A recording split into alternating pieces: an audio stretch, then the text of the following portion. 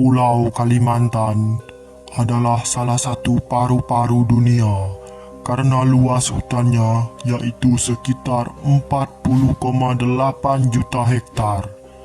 Sayangnya, laju deforestasi di Kalimantan demikian cepatnya.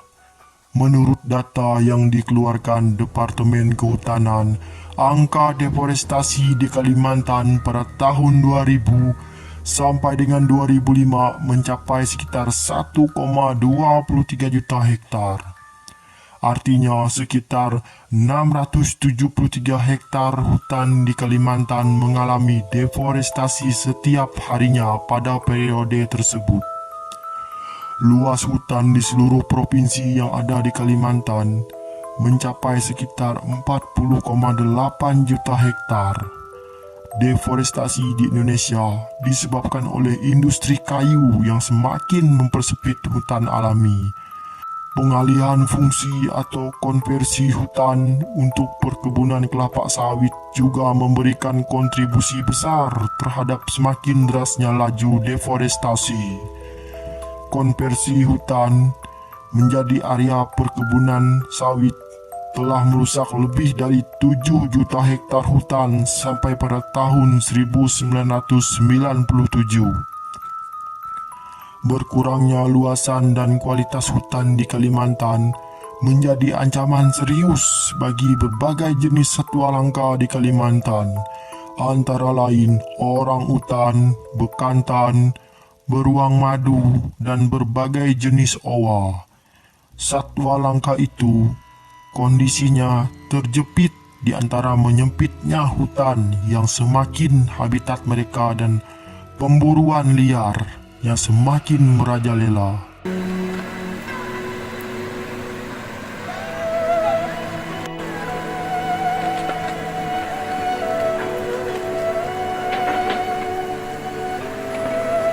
Kristin, kena air ini?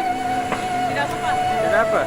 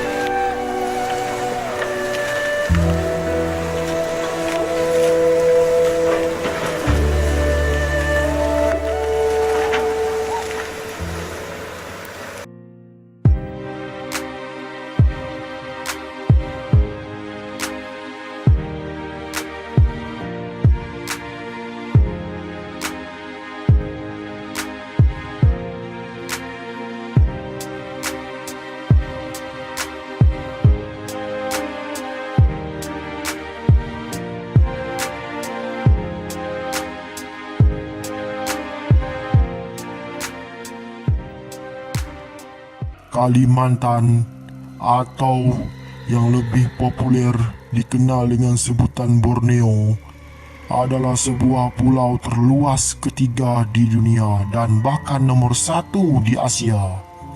Pulau ini begitu terkenal karena lebatnya hutan dan berbagai macam flora serta fauna yang ada dapat kita temukan di dalamnya. Bahkan secara internasional, pulau ini disebut sebagai paru-paru dunia. Pulau ini juga menjadi salah satu daya tarik bagi turis yang berdatangan dari berbagai negara untuk berlibur karena kaya dengan budaya masyarakat di pulau itu sendiri. Kalimantan, kenapa pulau ini kini berubah? Kenapa Borneo milik kita bersama berubah? Berubah, diubah, atau dipaksa untuk berubah?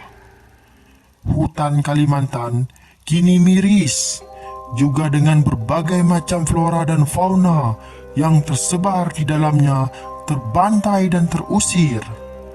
Mungkin apabila kita tinggal jauh seperti di Pulau Jawa, maka kita merasa seperti tidak terjadi apa-apa dengan pulau ini.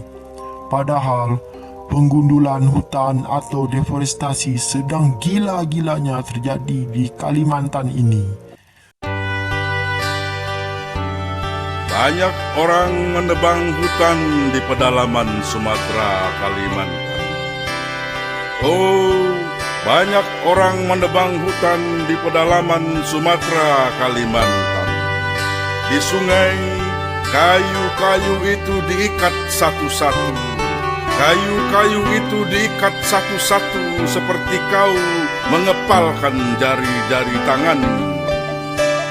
Burung-burung enggang yang sejak pagi terbang ke hutan seberang tak mengerti kemana istri-istri mereka menghilang.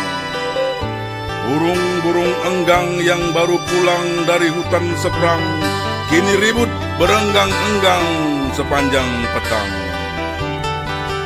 Mereka lihat banyak orang menebang hutan di bawah cahaya bulan. Oh, banyak orang menebang hutan di bawah cahaya bulan. Mereka lihat sungai-sungai tertutup kayu-kayu yang diikat satu-satu. Oh, sungai-sungai tertutup kayu-kayu diikat satu-satu. Tapi mereka tak melihat istri-istri mereka. Mereka tak melihat istri-istri mereka. Oh, di bawah cahaya bulan di pedalaman Sumatera, Kalimantan, burung-burung enggang itu terus berenggang-enggang mencari istri-istri mereka yang menghilang. Dan di sungai-sungai, kayu-kayu diikat satu-satu seperti kau mengepalkan jari-jari tangan. Sebenarnya, adakah upaya pemerintah untuk menjaga deforestasi? Memang kita sebagai masyarakat Indonesia sering mendengar terjadinya kerusakan hutan di mana-mana. Lalu, sebagian besar masyarakat mengadakan gerakan penghijauan atau penanaman pohon secara serentak. Yang harus ditanyakan adalah, adakah upaya pemerintah untuk mengatasi masalah ini?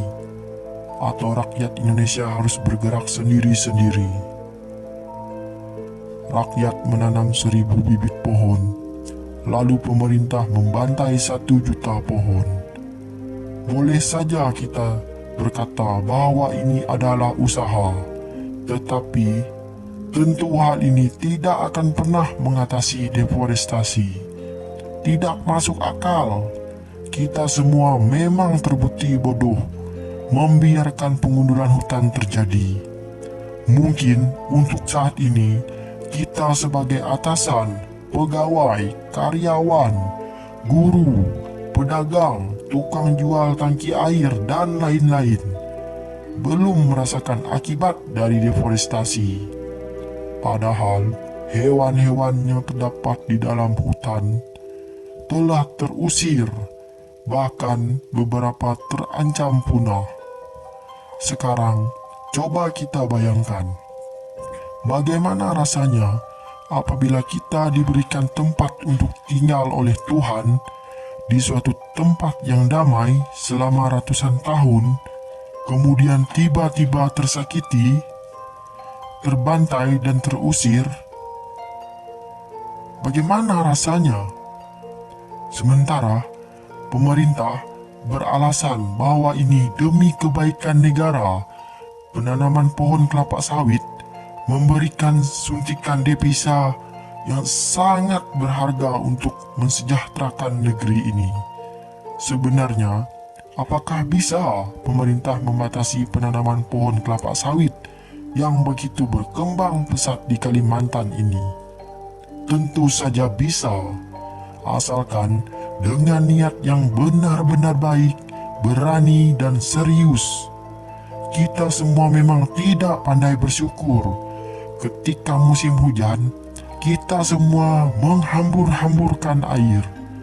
Ketika musim kemarau, kita sekarat memohon air kepada Tuhan.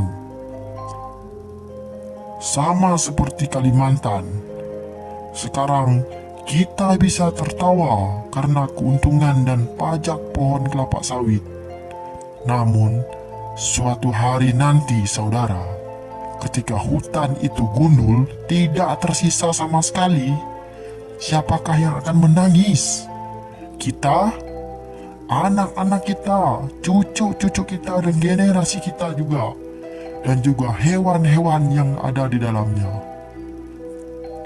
Seperti yang terjadi baru-baru ini pada bulan Juli 2020, khususnya di Kalimantan Barat, sedang terjadi musim hujan yang begitu tinggi, mengakibatkan berbagai daerah mengalami banjir yang begitu besar, yang sebelumnya daerah tersebut tidak pernah banjir sebesar itu. Bahkan, ada yang tidak pernah banjir sama sekali. Hujan hanya beberapa jam saja sudah bisa membuat musibah banjir yang begitu besar. Sedangkan dahulu, waktu hujan masih lebat, hujan 1 hari 1 malam pun tidak akan terjadinya banjir. Karena keseimbangan alam dan hutan masih terjaga. Masih belum sadarkah kita dengan musibah ini, wahai saudara-saudaraku? Betapa sedihnya nenek moyang kita melihat anak cucunya tidak bisa menjaga hutan dan alamnya demi kepuasan diri sendiri tanpa memikirkan generasi yang akan datang.